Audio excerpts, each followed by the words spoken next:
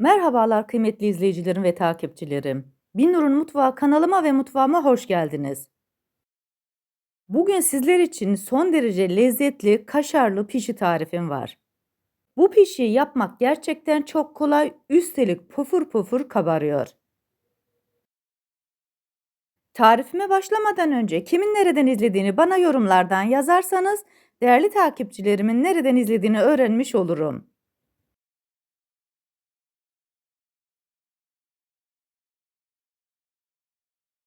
Çayınız demlenene kadar hazırlayabileceğiniz bu pişiyi sizleri daha fazla bekletmeden hemen tarifine geçiyorum.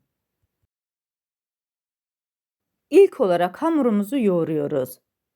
Bunun için yoğurma kabının içerisine 1 adet yumurtayı koyuyorum. Oda sıcaklığında olan 1 çay bardağı yoğurt,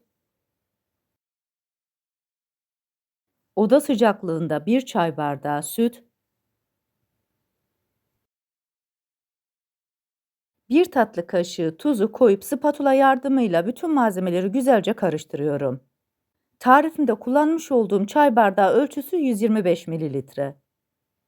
Yoğurt tamamen pürüzsüz olduktan sonra içerisine unumuzu ekliyoruz. Tarifimde 2 su bardağı un kullandım. Oldukça yumuşak, ele yapışmayan bir hamur elde edeceğiz. Kullandığım su bardağı ölçüsü 200 mililitre. Sizler de ununuzu eklerken yavaş yavaş kontrollü ekleyin. Kullanmış olduğunuz unun markasına ve kalitesine göre yumuşaklığı değişkenlik gösterebilir. Biraz daha karıştırdıktan sonra kalan unu ekliyorum. 1 paket kabartma tozunu da ekledikten sonra spatulayı hamurun içerisinden çıkartıyorum. Bu arada tarifimi buraya kadar izleyip beğendiyseniz ve hala kanalıma abone değilseniz, abone olarak beğeni ve yorumlarınızla beni desteklerseniz çok sevinirim. Beğeni ve yorumlarınız benim için gerçekten çok kıymetli. 3-4 dakika boyunca hamuru kasede elimle yoğuruyorum. Daha sonra tezgahın üzerine biraz un serpiştiriyorum. 3 dakika boyunca da tezgahta yoğuracağım. Hamurunuzu ne kadar çok yoğurur, ne kadar özlü hamur elde ederseniz, elde etmiş olduğunuz ürünler o kadar güzel ve lezzetli olur. Bu arada hamurunuz çok yumuşaksa undan biraz takviye alabilirsiniz. Görmüş olduğunuz gibi yoğurdukça kıvamı da oldukça güzel oluyor. Bu hamuru pişirirken herhangi bir bekletme işlemi yapmayacağız. Güzelce yoğurmuş olduğum hamuru 2 parçaya kesiyorum. Daha sonra parçanın bir tanesini alarak beze haline getiriyorum. Bu arada tarifimde kullanmış olduğum bütün malzemeleri videomun altındaki açıklama kısmında ölçüleriyle birlikte paylaşıyor olacağım. İsterseniz oradan da bakıp faydalanabilirsiniz. Her iki parçayı da beze haline getiriyorum.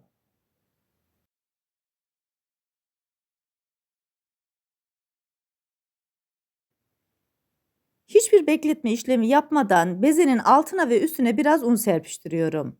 Tatlı tabağından biraz daha büyük olacak şekilde oklava yardımıyla açıyorum. Bu aşamada isterseniz merdane de kullanabilirsiniz.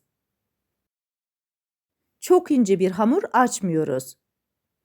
Kıvamı çok güzel olduğu için açması da çok kolay oluyor.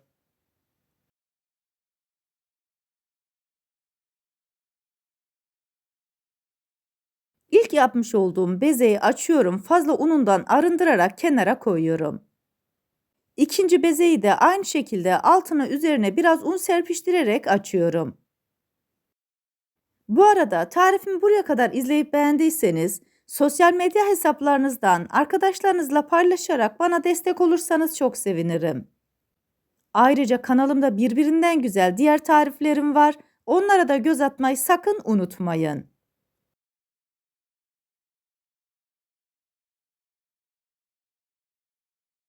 İkinci bezeyi açtıktan sonra tezgahın üzerinde bunu bırakacağız. Fazla unundan arındırarak tezgahın üzerine tekrar koyuyorum. Açmış olduğunuz yufkaların ölçüsü aynı olsun. İç harcını koyduktan sonra üst üste koyacağız. 100 gram kaşar peynirini rendeledim. İçerisine biraz maydanoz koyuyorum ve iç harcını güzelce karıştırıyorum. Yufkanın orta kısmından başlayarak 6 tane olacak şekilde kaşarı koyuyorum. Daha sonra diğer yufkayı bunun üzerine kapatıyorum. Uç kısımlarının birbirine denk gelmesine özen gösterin. Kaşar peynirinin kızartırken çıkmaması için parmaklarımla bastırarak kenar kısımlarına yapıştırıyorum.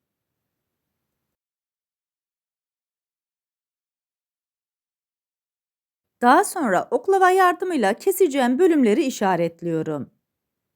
Bu şekilde bastırıyorum, aynı zamanda hamurda yapışmış oluyor.